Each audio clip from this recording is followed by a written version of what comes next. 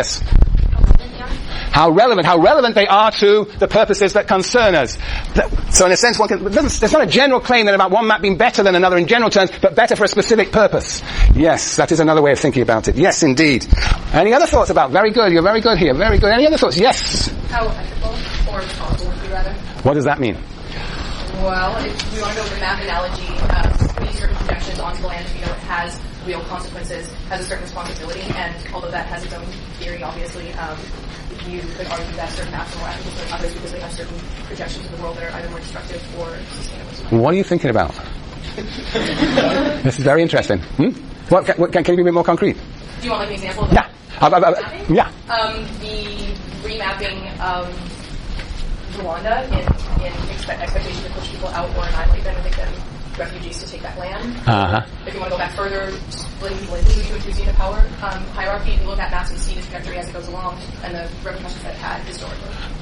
So maps have actually been used to separate populations and to sort of locate the areas appropriate to populations, sometimes arbitrarily. So maps have all sorts of moral implications. So theories too have all sorts of implications. We'll see that theories that we will discover all sorts of theories that have all sorts of implications for different groups in society. Whether it's a question then, of course, whether you can say that one map is better than another, one ethic is better than another. That's always a tricky question, isn't it? But yes, anyway, that is a criteria whereby one will distinguish maps in this regard. Yes, one might say if one has a particular value perspective, a particular political perspective on the world, some maps may appear better than others. Indeed, very good. Yes, I saw some hands up. Yes. How up to date it is? How up to date it is. That's absolutely the case. Some of these theories. Adam Smith was writing. When was he writing? He was writing in the 18th century, end of the 18th century, 2 centuries, or more than 2 centuries ago. And the Wall Street Journal quotes him every other day. Is he up to date? Is that an interesting question? What is fascinating? What is absolutely fascinating about these social theories that we will deal with, even though they may have been written so long ago, they still have a contemporary flavor to them. Parts of them, we will see when we read Adam Smith, that parts of it really sound like the 18th century. It really sounds as though he had a sort of what we might call a sort of colonial mentality. And he writes and he talks about thousands of naked savages. No theorist today will talk about 1,000 naked savages. But still, one can distill from his ideas notions, explanations, understandings that are indeed relevant to today, as we will do. So, yes, it is important to think about how to update. And many of the contemporary theorists, what they do is actually update old theories, reconstruct them for the present era. So that's a very interesting criteria. How up to date is the theorist? Yes. Any more? This is very good. Thank you. Yes. But isn't it true that with maps will choose the easier maps to be over the more accurate ones to have? And I feel that the theory are most of the time the easier ones to catch. Brilliant. These criteria are not all consistent with one another. If one chooses one criteria, one might have to lose out on another. If one's interested in simplicity, one might not be so interested in complexity. These criteria are at odds with one another. Indeed. That is often the case. At the end of the year, we'll perhaps have a survey and see which of the theories you thought questions. You can come with questions to me then. Sections themselves begin Wednesday morning at 8 o'clock. And I look forward to seeing you all bright and bushy-eyed, bushy-tailed on Tuesday. Just enjoy the weekend. Go to the beach because it's the last time you'll get a chance. And smoke a lot of ST. Yes. On Tuesday from 4 to 6, I have ROTC. I'm our so it might be Tuesdays in which I either leave early or don't come. Okay. So, but I'll be here every Thursday. That's your funeral. Is it really? Because otherwise, my colonel asked me to figure out. Well, you will miss. Well, you'll miss what you miss. Yeah. And I'll point out that Neil is not here. And I say, where is Neil? He's gone to ROTC. Okay. All right. Okay. You want more? I accidentally filled out the wrong, Okay, we filled it out again. Say you filled it out twice. Thank you. Out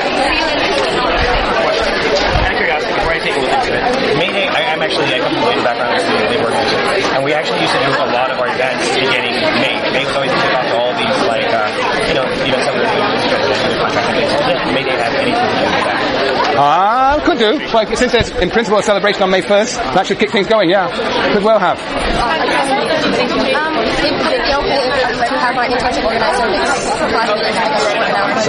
Yes, short announcements I allow. Yes. What's your name? Juliana. Okay. Need a syllabus. Here's one. Okay. What's your name? Josephine. Do you allow recording of emissions? I allow, yes, but I'm not making this publicly available. You can do whatever you want. Can you read that at the back? Good. Intellectual history.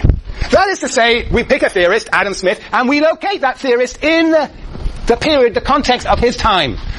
So basically we try and understand theory as a reflection of the period in which the theorist lived. And Adam Smith, living in the end of the 18th century, the beginning of capitalism, writes about the early phases of capitalism as a result. Yes. So one way is to think here is history. Only a sociologist would draw history like this. And here we have our theorist, shaped by the context within which he writes, and, in the case of many of the writers that we will deal with, actually influences the direction of history. Well, here we have another one. A century later, we have Durkheim. And then, middle of the 20th century, we have Beauvoir and Foucault. They're all, in a sense, shaped by different contexts, and because they are living in different periods, in different countries, at different times, they are writing about the world in different ways. The intellectual historian, seeing history of social theory as intellectual history, involves knowing a great deal about history, and seeing the ideas as, in fact, reflections of mirroring the world in which the theorist exists, and following the biography of the theorist, and seeing how the biography of the individual affected the way they wrote about the world. How Karl Marx was chased from one country to another, and how he became very engaged with the development of capitalism in England, and how that led him to his particular theories of capitalism. In part because he was so closely connected to his friend Friedrich Engels, who was actually managing an enterprise in England, and so they worked together. He figured out from Engels really how capitalism was working. Well, sort of. We will come to those two characters in a week or two. But anyway, that intellectual history approach presupposes you know quite a lot of history. Presupposes that you know a lot of history in order to situate these theorists. So I propose that in this course we take a slightly different approach, which is what I call theoretical tradition. A theoretical tradition. And what we're going to do in this course is actually give more credence, more emphasis to the way the theories themselves are constructed, to seeing their inner logic and their inner contradictions, their inner coherence and their inner tensions. We are going to build these theories as we read them. We're going to see these theories in a sense as relatively autonomous, how they develop a logic of their own and have a logic of their own. And we will do this, as I say, by looking very carefully at the texts. We will do this also by comparing these different theorists. We will compare Smith and Marx and Engels. We will compare Marx and Engels with Lenin, with Gramsci and Fanon, and Durkheim and Foucault, and Weber and the feminists. This will be a constant comparison. And once you know one theorist, then you'll be able to understand other theorists much better, because you will have a framework of comparison. So what we will be doing is, in a sense, examining one by one these theorists, starting with the basic assumptions of their theory and building them up into the more elaborate visions they have of the way societies change, the way they get transformed, and the way new societies emerge. But to do that comparison, and we're on the last point on the board, to do that comparison, to make those comparisons and contrasts through the year, we need to have a baseline. We need to have something to organize our thoughts around.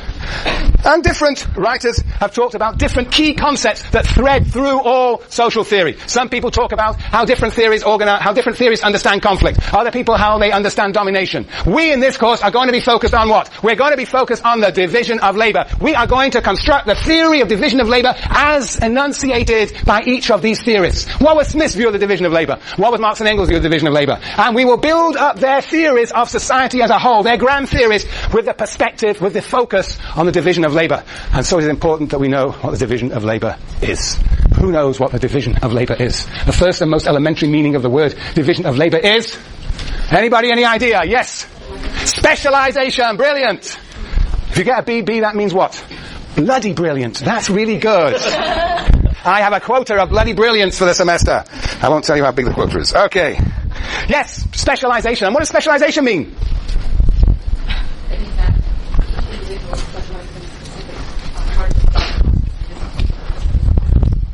Right, well no, then that's the consequences you're going to. I'm just interested in the definition. Specialization is, very simply, different people doing different things.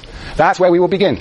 The idea of specialization. Different people doing different things. We will see how that definition gets very much more complicated as we go through these theorists. But that is where we will begin. Now we will begin with a man by the name of Adam Smith. Next when? Very good, very good. Next Tuesday. Now look, if you look on the syllabus, you will see on page 2 that there are 4 questions. What are the forms of the division of labor? I put them up here. Read Smith. You've got to read Smith. Smith is the easiest reading you will have. It's a good Labor Day weekend reading. There are about 15 pages. Read it. Get the reader and read Smith twice. And figure out the meaning of the division of labor. What are the forms of the division of labour? What are the origins, mechanisms of development and the future of the division of labour? And what are the conditions of existence in the division of labour? And what are the consequences of the division? And Bob's your uncle, you will be done. You will understand Smith's theory of division of labour. It is not beyond you. It is the most, we start with the most simple theory that is about it, but a very profound theory. Don't pack until I give you permission. I got 4 minutes, relax. Just because I'm panicking doesn't mean you should. We have 3 minutes. Now, I start on time, leave on time. 3 minutes. So, what I want you to do, by the reader, read Smith, read it again, and answer these questions that are actually on the syllabus on page 2. And we will talk about the answers actually on Tuesday. We'll discuss them together. But I want you also, since this is indeed Labour Day weekend, I want you to think about this. The course is about the division of labour. Different labourers doing different things, labouring at different things. I want you to think about this Labour Day weekend. I want you to think about what is the difference between Labour Day and May Day.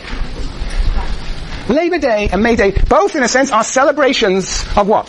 Celebrations of workers, of the working class. But they're different. Go and have a look. Google.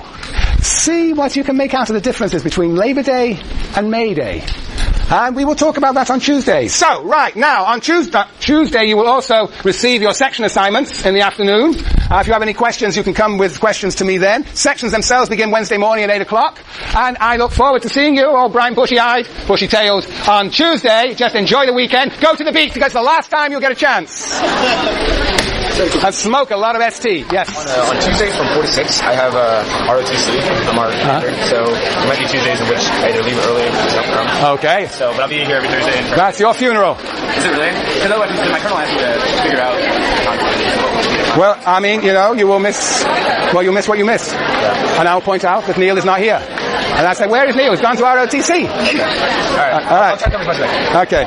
You want more? I accidentally filled out wrong, Okay, we'll fill it out again. Say you filled it out twice. Thank you. May Day, I'm actually, I come from a labor background, I'm a labor organizer, and we actually used to do a lot of our events beginning May. May was always kicked off to all these, even some of the contracting. May Day have anything to do with that? Could do. Well, since there's, in principle, a celebration on May 1st, that should kick things going, yeah. Could well have. Thank you. Would it be okay to have my internship organizer last minute Yes, short announcements I allow. Yes. What's your name? Juliana. Okay. Need a syllabus. Here's one. Okay. What's your name? Josephine. Can you allow recording of your lecture? Yeah, I allow it, yes, but I'm not making this publicly available. You can do whatever you want.